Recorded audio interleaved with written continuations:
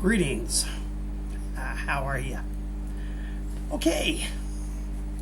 Today, a few days after Christmas, and for me in Thailand, it's Sunday. But you know, I was sitting back and thinking last night, and I was thinking about all the places that our military is involved in. All the things that our country, my country, and when I say our military, I mean the U.S.A, the United States of America. I being from the state of California, my last known address basically there was in Ventura, California. My present address is near Bangkok, Thailand, in a place called Bambutan, about 30 miles north of Bangkok. And okay, here I am. But here I'm thinking about, as an American taxpayer and American military veteran, I still am concerned about the politics of where our government is putting our troops. Now, everybody is worried. I mean, we have things going on all over the world, especially in the Middle East right now, where people are, losing arms, legs, and being sacrificed. I'm saying sacrificed, but some of them are. And they're being killed in military operations.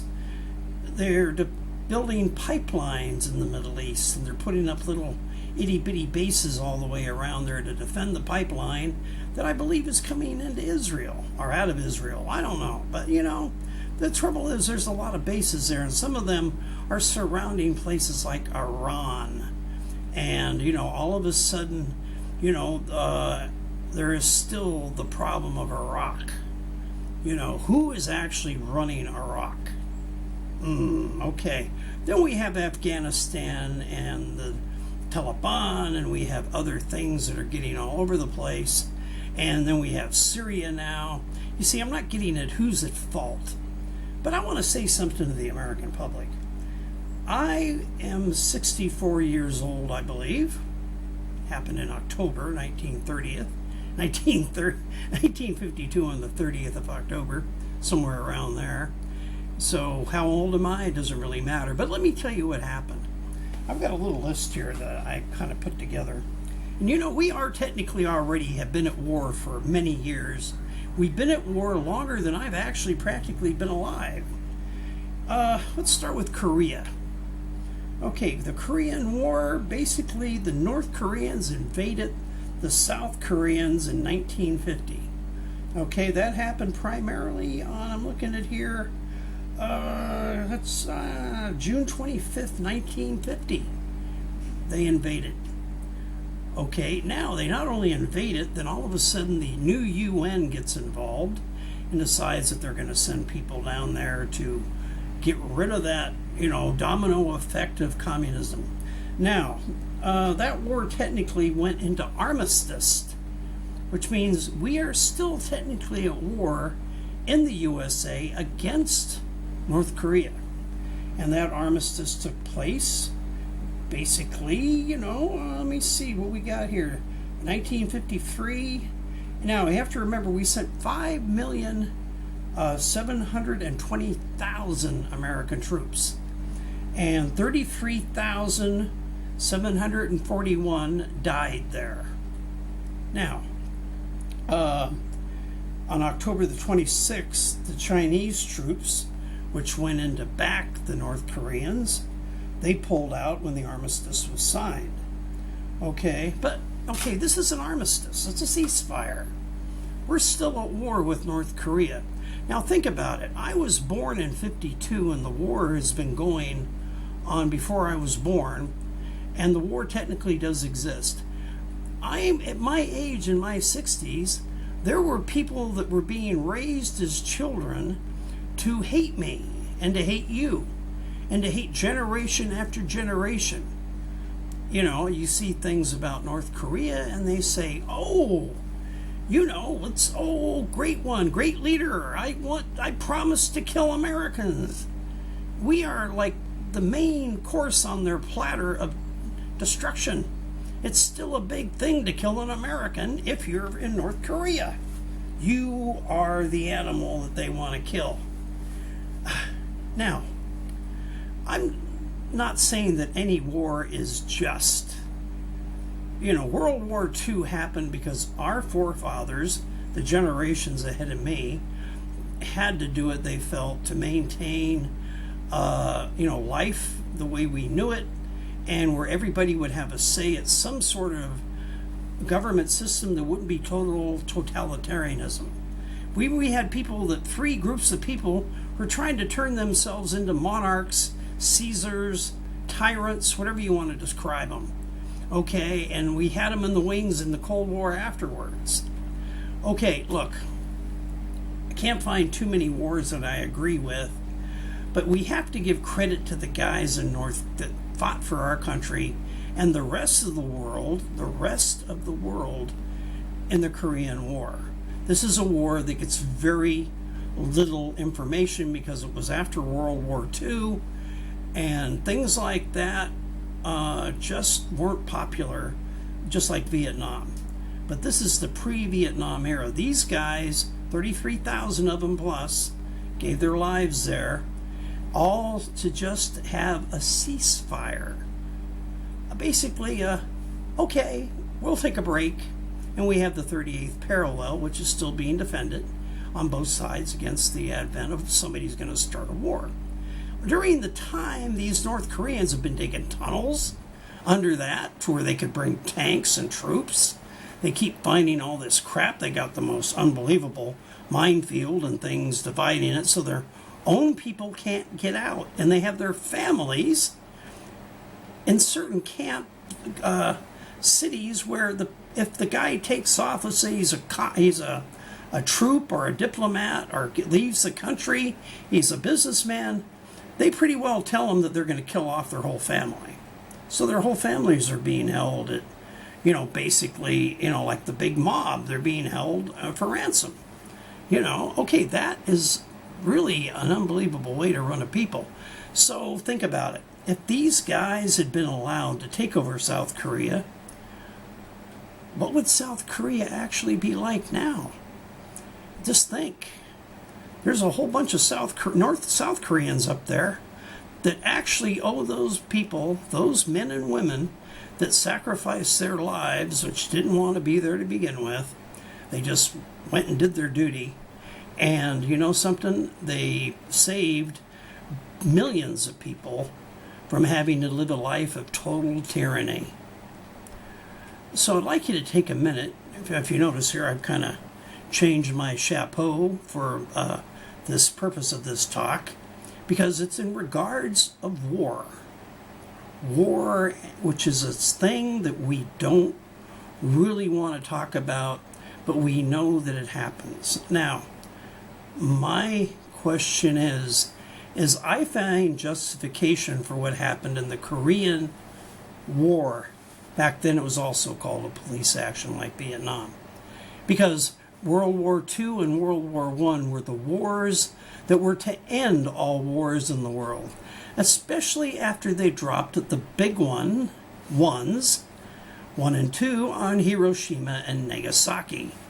Well, a lot of good that does, because even after the U.S. basically cleaned up that mess with their horrible loss of life to end a war and another tyranny, which these people had invaded Manchuria and other parts of China and Korea, okay, and they were killing people by the millions, and they were doing it the Bushido way.